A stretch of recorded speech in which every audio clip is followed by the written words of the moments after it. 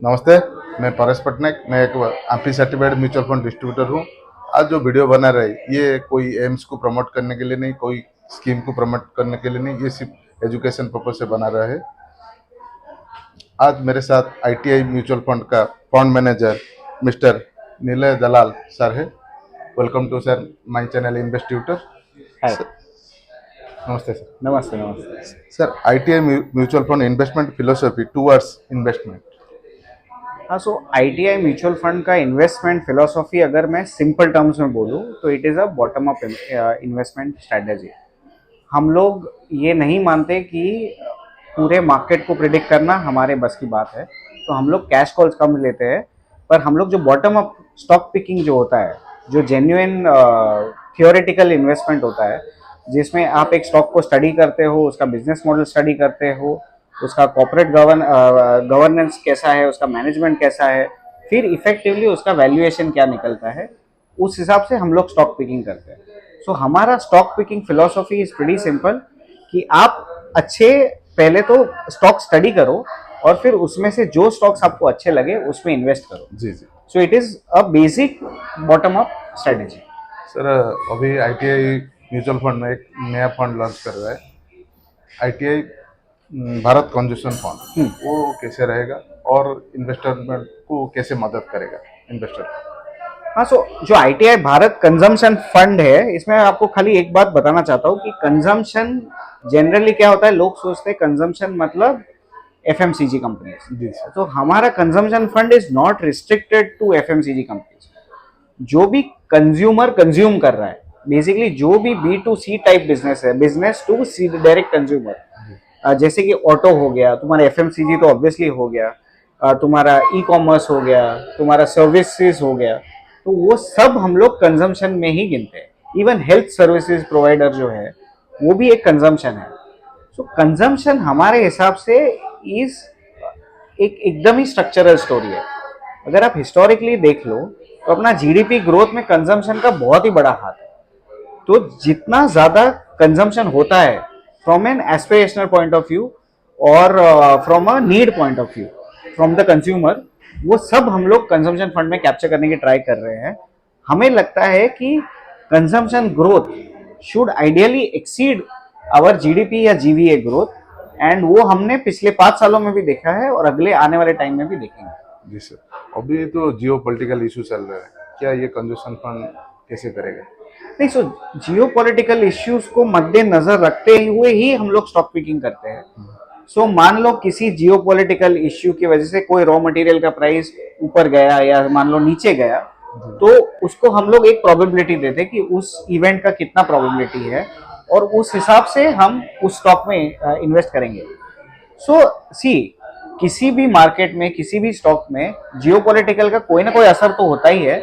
पर हम लोग हमारा फंड ऐसे बनाने की ट्राई कर रहे हैं कि अगर कोई मेजर इवेंट हो भी जाए तो इस फंड को इम्पैक्ट हम मिनिमाइज कर रहे हैं। सर, अभी तो अदर एम्स का भी कंजूशन फंड है, ये कैसे डिफरेंस रहेगा।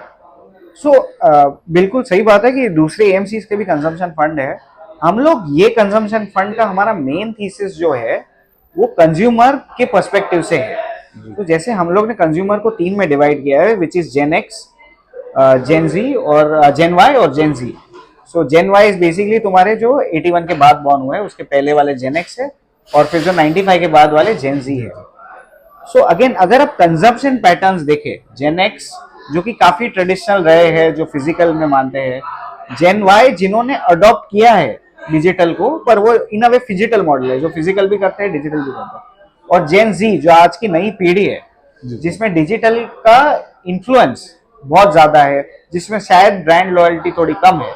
तो इस बात को मद्देनजर नजर रखते हुए हम लोग ये फंड का कंस्ट्रक्शन करेंगे। सो स्टॉक सिलेक्शन भी उसी से होगा। अगर हमको लगता है कि जेन जी के लिए ये ज्यादा फेवरेबल है, तो जेन जी के को हम लोग ज्यादा वेटेज देंगे से rather than Gen X. Sir, ये इसका अप्रोच कैसे रहेगा, बटन अप और टॉप टू डाउन रहेगा। नहीं, सो हमारा most of our investment philosophy is bottom up. पर ऐसा नहीं कि हम लोग सिर्फ बॉटम अप देखते रहे और टॉप डाउन कंप्लीटली इग्नोर करें। बट आवर फर्स्ट प्रायोरिटी जो होता है, जो पहला स्टॉक शेयर सिलेक्शन प्रायोरिटी होता है, वो हमेशा बॉटम अप रहता है। और ये कौन सा इंडेक्स को फॉलो करेगा। ये जो Nifty India consumption TRI again total जी, रिटर्न जी। जो डिविडेंड को मिला के जी जी। उस वो एज अ बेंचमार्क है इस फंड का।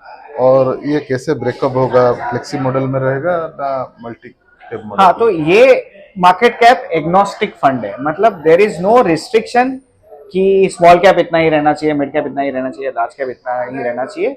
This is a completely market cap agnostic fund. तो ऑब्वियसली फंड मैनेजर अपने डिस्क्रिप्शन से उसमें स्टॉक्स एलोकेट करेगा। और लिक्विडिटी कैसे रहेगा इस फंड में? नहीं, सो इस फंड में स्टैंडर्ड है कि 3 महीने के पहले there will be an exit load, और 3 महीने के बाद without any exit load you can exit the fund. और अभी तो टाइम में कौन सा एसआईपी करने से अच्छा रहेगा ना लमसम करने से अच्छा रहेगा? नहीं, सो मैं हमेशा से मानता हूँ कि तुम्हें एक बैलेंस बनाना चाहिए।